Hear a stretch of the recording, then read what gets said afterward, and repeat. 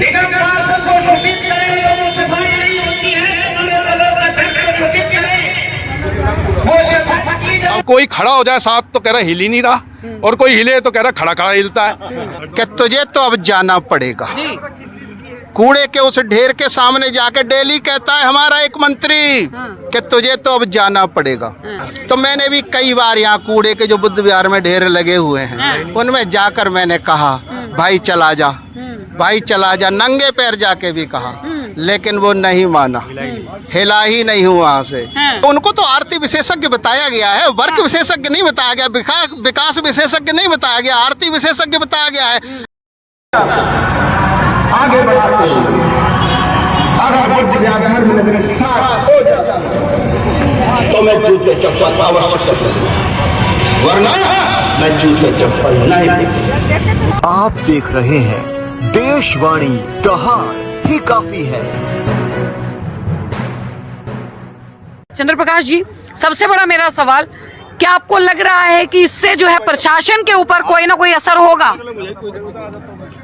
सबसे पहले तो मैं आपके चैनल देशवाणी को धन्यवाद देता हूं, जो मेरी इस मुहिम को, इस आवाज को, इस क्षेत्र की इस सफाई की समस्या को जो आगे बढ़ाया जा रहा है और ये पूरे देश में दिखाया जा रहा है। जो आपका प्रश्न है कि ये सरकार की आंखें खुलेंगी कि नहीं, शायद यही प्रश्न है आपका, तो मैं फिर कहता हूं कि सरकार तो पूरी तरह से फेल है, नाकाम है, पूरी तरह से आप देख ही रहे हैं। अभी तक जब से ये सरकार बनी है, जब से अभी तक इस सरकार ने बिल्डोजर सुविधा जनता को दी है, इस पॉल्यूशन से मुक्ति नहीं दे पाई है।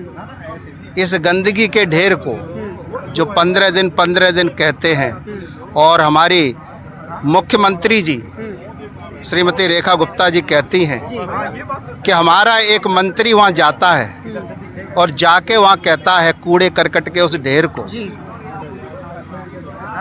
कि तुझे तो अब जाना पड़ेगा। कूड़े के उस ढेर के सामने जाके डेली कहता है हमारा एक मंत्री कि तुझे तो अब जाना पड़ेगा।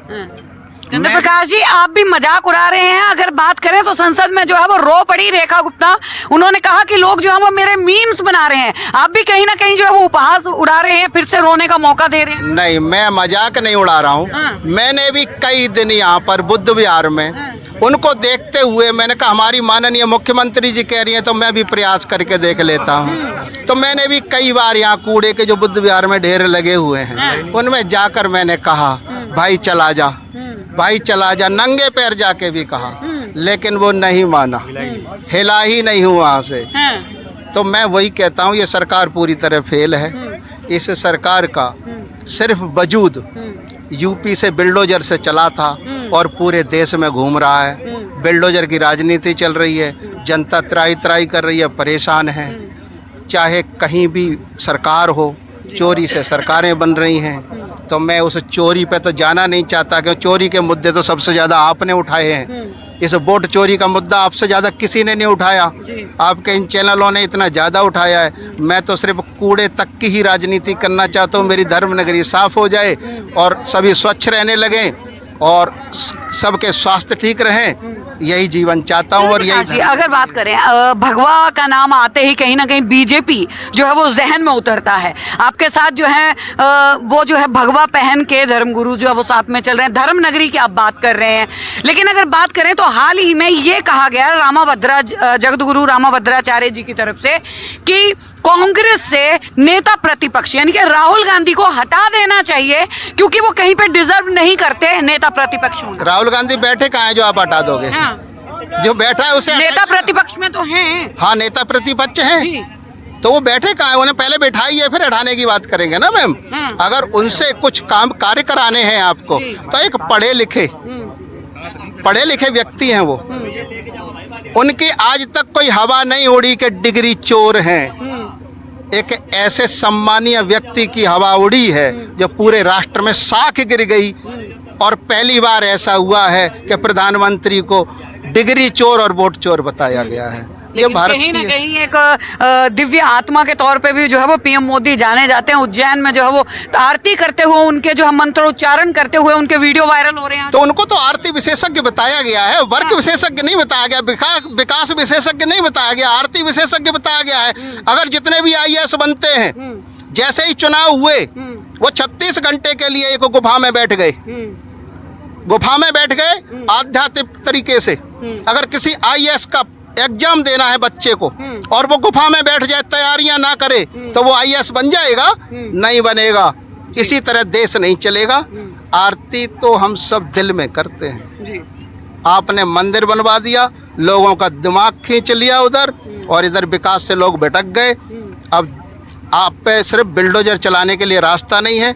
सरकार जनता समझ गई है, और अब आपको यहाँ इस देश से जाने के अलावा कोई रास्ता नहीं है। जी सर, क्या कहेंगे? नंगे पांव जो है एक मुहिम चलाई है यहाँ पे चंद्र प्रकाश जी ने, लेकिन बीजेपी का ये कहना है कि हमने जो है 11 साल और उससे पहले के जितने साल में कांग्रेस थी, हम उस गंदगी को साफ कर रहे हैं। वक्त तो लगेगा, तो क्या वक्त देना जरूरी नहीं हो जाता बीजेपी को? हम दिल्ली की बात तो बाद में करेंगे, हम पहले बुध विहार की बात करेंगे। जो बात आपने सवाल किया है, उसके सवाल का जवाब मुझे ऐसा लगता है कि आप साथ चलें, आपको गलियों में घुमा देते हैं, आपको जवाब मिल जाएगा। जब बुध विहार को साफ करने की हम बात कर रहे हैं, जब बुध विहार साफ हो जाएगा, तो मैंने आपको पहले भी बोला है कि हम एक एक वार्ड करके पूरी विधानसभा को लेंगे, पूरी विधानसभा की सफाई कराने के उसमें हैं। हम यहाँ से कूड़ा करकट हटा के हटेंगे। हम जो जनता के साथ एक खिलवाड़ हो रहा है, अभी कोई वो कह रहा था, आपने ये सवाल किया था कि निगम पार्षद जी कह रहे हैं कि लोगों को सहयोग चाहिए। बिल्कुल। क्या घर में कूड़ा नहीं निकलता? हर घर से कूड़ा निकलेगा। ये रोजाना का सिस्टम है हमारा। हमारे की दिनचर्या है कि हम सुबह उठते हैं तो घर की सफाई करते हैं, तो उससे कूड़ा बाहर निकालते हैं। लेकिन निगम पार्षद इसीलिए चुनते हैं कि उस कूड़े को उठवाया जाए। उस कूड़े लेकिन जनता को कहीं ना कहीं ये जागरूक होना कि कूड़ा जो है वो कूड़ेदान में डाला जाए, सड़कों पे ना फेंका जाए, क्योंकि सड़कों पे कूड़ा जो है वो कहीं ना कहीं तो जनता ही फेंक रही है। सड़कों पे कूड़ा जनता नहीं फेंक रही।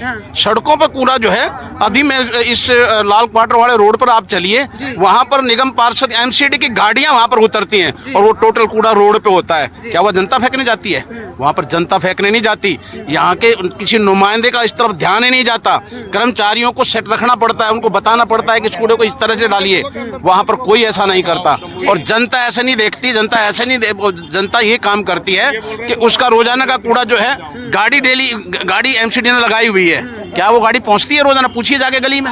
रोजाना गाड़ी नहीं पहुँचती, रोजाना ट्रैक्टर नहीं पहुँचता। देखिए हमारे साथ शंभू शर्मा जी हैं, उनसे भी वो बात कर लेते हैं। शंभू जी, अगर बात करें कूड़े का मुद्दा जो है, साफ सफाई का मुद्दा जो है, कांग्रेस के वक्त से चला आ रहा है। जिस वक्त कांग्रेस जो है वो सत्ता में थी, उस वक्त जो है विपक्ष के तौर पे बैठे हुए बीजेपी लगातार सवाल करती थी। उसके बाद 11 साल केजरीवाल के रहे, उन्होंने भी दिल्ली को चमकाने की बात करी।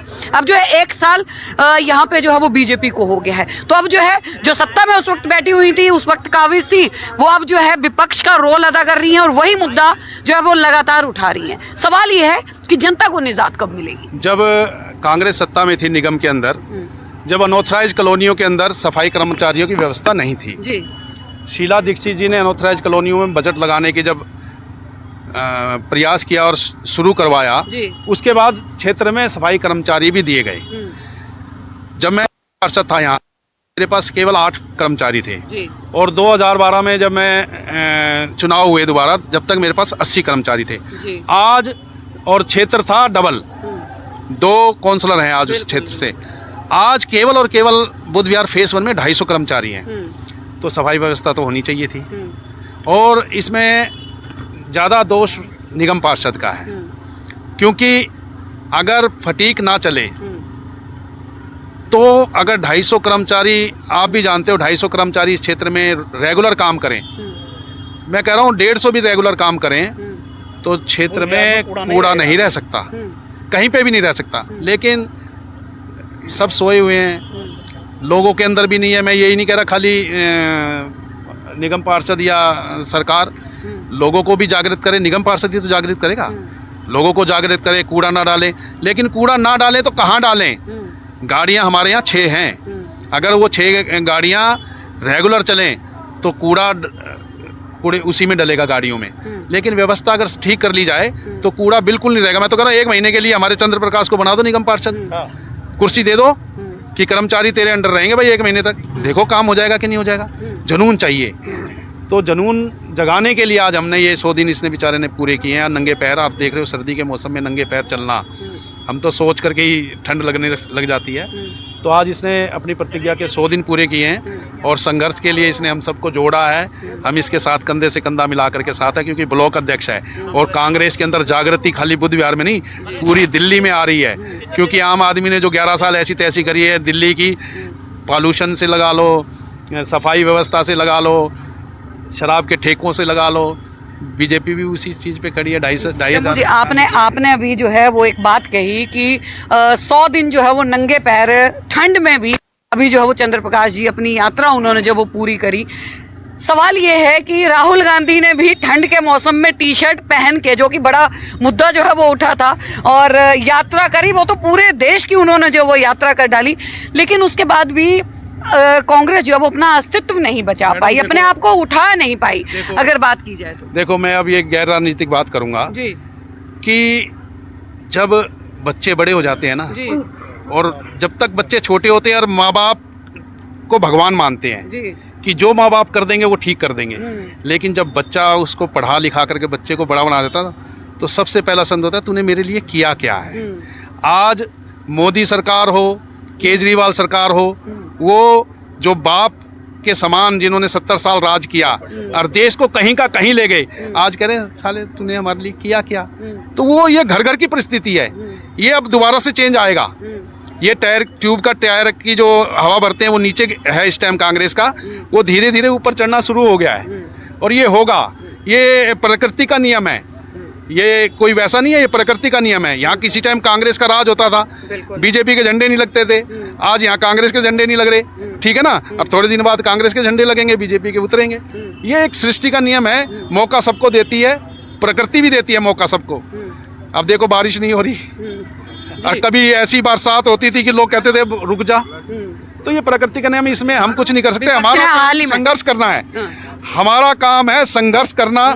हम संघर्ष कर रहे हैं और हमारे को पता है कि एक दिन हम मुख्यमंत्री का पद लेकर के रहेंगे। विपक्ष ने एक सवाल जो है वो खड़ा किया कि राहुल गांधी ने रायबरेली के लिए कंबल जो है वो भेजे और कंबलों का वहां पे वितरण हुआ ताकि लोगों को वहां पे राहत मिल सके, लेकिन दिल्ली में रेखा सरकार के मंत्रियों ने, कैबिनेट मंत्रियों ने, उन्होंने कहा कि दिल्ली को छोड़ के राहुल गांधी हर जगह घूमते हैं, हर जगह जो है वो राहत सामग्री भिजवाते हैं, दिल्ली को भूल जाते हैं। ऐसा कुछ नहीं। देखो, हम अगर दिल्ली में बांटेंगे तो कहेंगे अपनी यूपी में नहीं बांट रहे, तो ये तो देखो कहेगा, कोई भी कहेगा। अब कोई खड़ा हो जाए साथ तो कह रहा हिल ही नहीं रहा, और कोई हिले तो कह रहा खड़ा खड़ा हिलता है। ये तो विपक्ष का काम है। हमारा काम है जनता को जागरूक करना, अपनी बातें जनता को बताना, और जनता में रुझान आ रहा है, जनता को सोच रही है कि क्या हो रहा है हिंदुस्तान में आज, क्या हो रहा है। मैं बड़ी बातों पे नहीं जाऊँगा, आज हम क्षेत्र की बातें करेंगे। हमारी यात्रा बहुत सुखद रही, लोग हमारे उम्मीद से ज़्यादा आए जी। लोग चलते चलते साथ जुड़े, क्योंकि गंदगी सबसे बड़ा मुद्दा है। तो अब जब 200 दिन होंगे, जब भी आप आओगे क्षेत्र में, मेरे ख्याल से सफाई व्यवस्था भी अच्छी मिलेगी। निगम पार्षद को अपने कर्मचारी को टाइट करना चाहिए, पूरी जो उसको ताम झाम निगम की तरफ से हमारे क्षेत्र के सफाई व्यवस्था के लिए मिले उसको पूर्ण रूप से लागू करना चाहिए। अगर वो पूर्ण रूप से लागू कर दे, और जो जनता कूड़ा बाहर फेंकती है, नियम सारे बने हुए हैं, उसका जुर्माना भी है, चाहे वो 50 रुपये हो, वो 500 ना लगाए 50 लगा दे, ठीक है ना। जो काटे चलान, देखो सुधार आता है कि नहीं आता। धन्यवाद।